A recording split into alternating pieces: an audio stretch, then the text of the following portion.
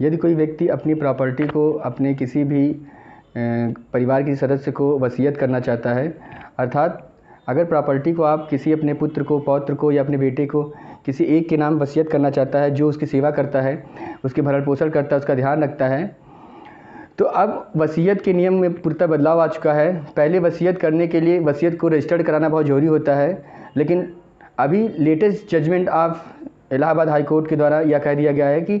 यदि कोई व्यक्ति अगर वसीयत करना चाहता है या विल बनवाना चाहता है तो उसकी विल को रजिस्टर्ड कराना अर्थात रजिस्ट्रार ऑफिस में रजिस्टर्ड कराना अनिवार्य नहीं है। नमस्कार दोस्तों, आपका स्वागत है आपके अपने YouTube channel advocate the path finder में। मैं एडवोकेट देवाशीष यादव। दोस्तों, जो लोग मैं चैनल पहले विजिट करें चैनल सब्सक्राइब कर लें और बेल आइकन में क्लिक करना भूलें ताकि हमारे द्वारा अपलोड के वीडियो आधे समय पहले पहुँचे। आज हम आपको अगर अपनी प्रॉपर्टी को आप किसी परिवार सदस्य या किसी व्यक्ति को ट्रांसफ़र करना चाहते हैं और कोई व्यक्ति अगर बूढ़ा हो गया है, उसकी सेवा घर पे नहीं हो रही है, यदि उसके पुत्र उसका देखभाल नहीं कर रहे हैं, वह अपनी प्रॉपर्टी को किसी अन्य व्यक्ति को देना चाहता है जो उसकी देखभाल करता है, उसकी सेवा करता है, उसका ख्याल रखता है, तो वसीयत अपनी प्रॉपर्टी को कर सकते हैं और यह संपत्ति अंतरण अधिनियम के अंतर्गत की जाती है। वसीयत करने का नियम पहले यह था कि कोई व्यक्ति अगर अपनी किसी संपत्ति का मालिक है तो वह वसीयत अपने किसी भी ब्लड रिलेशनशिप या किसी अन्य व्यक्ति को वसीयत कर सकता था, उसकी प्रॉपर्टी उसके नाम हो जाती थी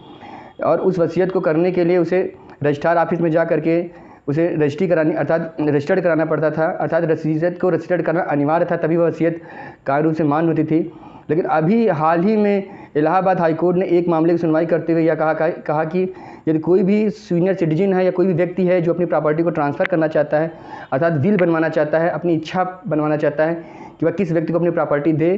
तो वह अपनी प्रॉपर्टी को विल के थ्रू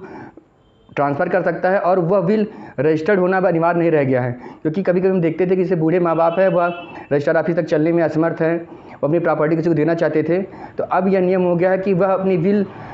अपने वकील के माध्यम से सिर्फ बनवा सकते हैं, रजिस्टर्ड नहीं करवाना अनिवार्य नहीं है और विल पूर्णतः मान्य होगी। संपत्ति अंतरण अधिनियम के अंतर्गत वह विल पूर्णतः इन्फोर्सिबल होगी, लागू होगी और जिस व्यक्ति के नाम विल बनेगी वह उसके पूर्णतः मालिक हो जाएगा। उसके अन्य जो लीगल उत्तराधिकारी होंगे उस प्रॉपर्टी से बेदखल हो जाएंगे।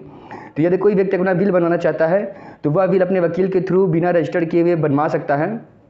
इसके लिए आपको रजिस्टर्ड करना अनिवार्य नहीं है। आप रजिस्ट्रेशन फीस से बच सकते हैं, प्रक्रिया से बच सकते हैं। आप इस विल को 100 रुपये के स्टाम्प पर तैयार करवा सकते हैं। दोस्तों, अगर दी जानकारी आपको पसंद आती है तो चैनल को सब्सक्राइब करें और वीडियो को अधिक से लाइक करें और इससे संबंधित अगर कोई सवाल है तो आप कमेंट बॉक्स जाकर कमेंट कर सकते हैं। नमस्कार।